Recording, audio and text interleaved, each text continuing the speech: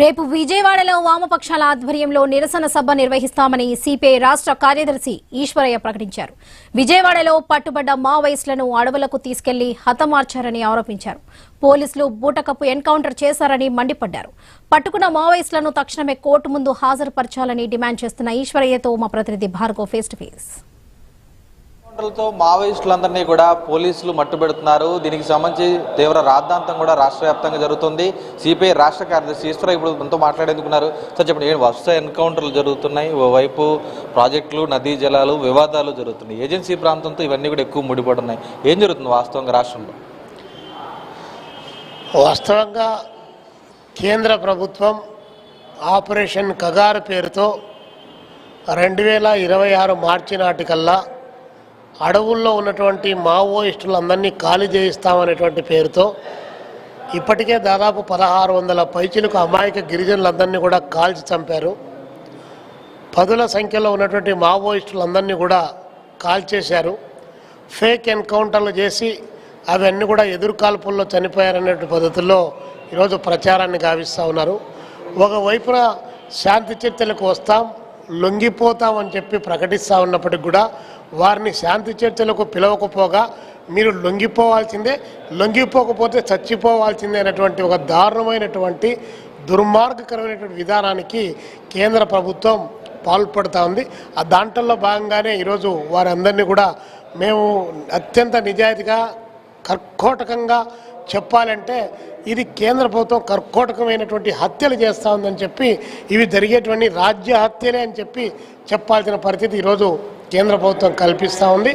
నిన్న ఇక్కడ 18వ తారీఖు 19వ తారీఖు జరిగినటువంటి వరుస ఎన్కౌంటర్లు వారంతా కూడా ఇక్కడికి వేరే ఇతర జర్నలిస్టుల సోదరుల ద్వారా కేంద్రంలో ఢిల్లీలో ఉన్నటువంటి హోమ్ అఫైర్స్కు వారు ఇన్ఫర్మేషన్ ఇచ్చి వారు ఆయుధాలతో సహా లొంగిపోవాలనేటువంటి ఒక ప్రయత్నంలో భాగంగా వాళ్ళు ఇక్కడికి ఆంధ్రప్రదేశ్ విజయవాడ కేంద్రానికి వచ్చారు. ఆ వచ్చినటువంటి దాంట్లో ఇక్కడ ఆల్రెడీ వాళ్ళంతా ఇక్కడ ఉండి హెడ్మా గారు కానీ, వారి సహచరి రాజే గారు కానీ, ఇతర నక్సలైట్ సోదరులు కానీ వాళ్ళందరూ కూడా వైద్యం కోసం అక్కడ వస్తే వారిని పట్టుకొని తీసుకొనిపోయి రంపచోడవరం అడవుల్లో పెట్టి అక్కడ కాల్చి చంపినటువంటిది ఇది కఠోరమైనటువంటి వాస్తవం. కాబట్టి 2 ఎన్కౌంటర్లు కూడా విజయవాడలో పట్టుకొని అక్కడికి తీసుకొని పోయారు. ఇది ఏమాత్రం కూడా సరైనటువంటిది కాదు. ఎందుకంటే ప్రభుత్వం ఒకవైపున మన దేశం పైన కాశ్మీర్లో టెర్రరిస్టులు దాడి చేస్తే దానికోసం యుద్ధం ప్రకటించినటువంటి కేంద్ర ప్రభుత్వం ఎవరో అమెరికాలో ఉన్న ట్రంప్ చెబితే సీజ్ ఫైర్ అని ప్రకటించింది. కానీ ఈ దేశ పౌరులు ఈ దేశంలో ఉన్నటువంటి సామాజిక, ఆర్థిక, రాజకీయ అసమానతలకు వ్యతిరేకంగా కొట్లాడేటటువంటి వారిని వారు చర్చలకు పిలుస్తామంటే భారతదేశ పౌరులను అత్యంత విచక్షణారహితంగా కాల్చి చంపడానికి ఇది సిద్ధమైందంటే ఇది రక్తం రుచి మరుగుతున్నటువంటి ఒక పులి లాంటిది ప్రభుత్వం అని చెప్పేసి ఈ సందర్భంగా చెప్పక తప్పదు. కాబట్టి ప్రభుత్వానికి మేము విజ్ఞప్తి చేస్తాను. అదేవిధంగా మావోయిస్టు సోదరులందరికీ కూడా ఇంకా ఉన్నటువంటి వాళ్ళు ఎక్కడెక్కడైతే ఉన్నారో ఆ ఉన్నటువంటి వాళ్ళందరికీ కూడా విజ్ఞప్తి చేస్తున్నాం. మీ విలువైనటువంటి ప్రాణాలు ప్రాణాయంగా అర్పించమాకండి. మీ సిద్ధాంతం విలువైంది, మీ ఆలోచనలు పదునైనవి, అవి సమాజానికి ఉపయోగపడాలి.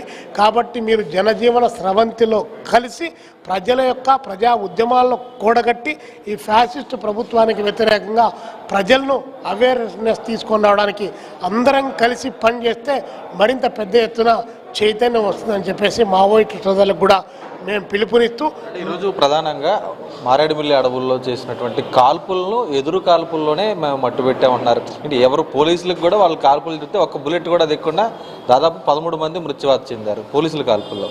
ఏంటి దీని మీద మీరు ముందుకెళ్ళాలబోతున్నారు? అసలు ఎదురుకాల్పులే కానే కాదు, కనీసం ఎదురుకాల్పుల సందర్భంగా అటు ఇటు పరిగెత్తుకుంటా తుపాకీ గుళ్ళ నుంచి తప్పించుకొని పోవడానికి పోయినా కూడా కనీసం ఒకరికో ఇద్దరికో ముళ్ళైనా గుచ్చుకుంటుంది. ముళ్ళైనా గుచ్చుకోకుండా ఏమాత్రం నొప్పి లేకుండా చేసినటువంటి ఎన్కౌంటర్లని దేశమంతా గమనిస్తుంది, దేశమంతా చూసింది. అది కఠోరమైన వాస్తవం. పట్టుకొని తీసుకొని పోయి కాల్చి చంపారన్నది ఇది నగ్న సత్యం. కాబట్టి ఇది ఎదురు కాల్పుల్లో జరిగినటువంటి ఘటన అయితే కానే కాదు. ఈరోజు మావోయిస్టుల కేంద్ర కమిటీ నుంచి కూడా ఒక ప్రకటన వెలువడినటువంటి నేపథ్యంలో వాస్తవాలన్నీ కూడా దేశ ప్రజలు గమనిస్తున్నారు. ఇప్పటికైనా అమిత్ షా గారు, నరేంద్ర మోడీ గారు, హోంశాఖ వారు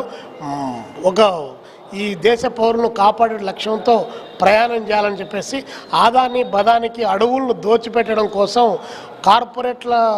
కార్పొరేట్లకు ఈ సంపదను కట్టబెట్టడం కోసం అడవుల్లో ఉన్నటువంటి గిరిజనులు ఖాళీ చేయించేటువంటి పనికి శ్రీకారం చుట్టారనేటువంటిది, అటవీ హక్కుల చట్టాన్ని కూడా ఉల్లంఘిస్తున్నారనేటువంటిది ప్రపంచానికి అందరికీ తెలిసినటువంటిది. కాబట్టి దీన్ని మేము వామపక్ష పార్టీలుగా, కమ్యూనిస్టు పార్టీలుగా, దాంతోపాటు ఒక శాంతిని కోరుకునేటువంటి వాళ్ళగా మేము దీన్ని తీవ్రంగా వ్యతిరేకిస్తూ ఉన్నాం, నిరసిస్తున్నాం.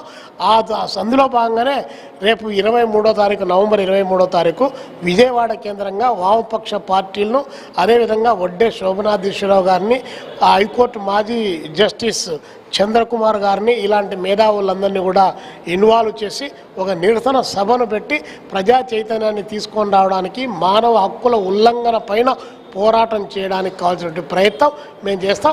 అది చూస్తున్నాం. ఈరోజు మావోయిస్టుల ఎన్కౌంటర్కి సంబంధించి అంతా కూడా బూటకం, ఇది ఖచ్చితంగా కూడా ఎన్కౌంటరే అంటూ కూడా స్పష్టం చేస్తూ ఈ నెల 23న ఏదైతే అమరావతిలో పెద్ద ఎత్తున కూడా సభ నిర్వహించబోతున్నాం, నిరసన సభ అంటూ కూడా స్పష్టం చేస్తూ పోలవరం నిర్వాసితులు, అమాయక గిరిజనులకు సంబంధించి అన్యాయం జరిగితే తాము చూస్తూ ఊరుకోమంటూ కూడా సిపిఐ రాష్ట్ర కార్యదర్శి ఈశ్వరయ్య స్పష్టం చేస్తున్న పరిస్థితి అయితే ఉంది. కెమెరా పర్సన్ చంటితో భార్గవ్, న్యూస్, ఏలూరు నుంచి.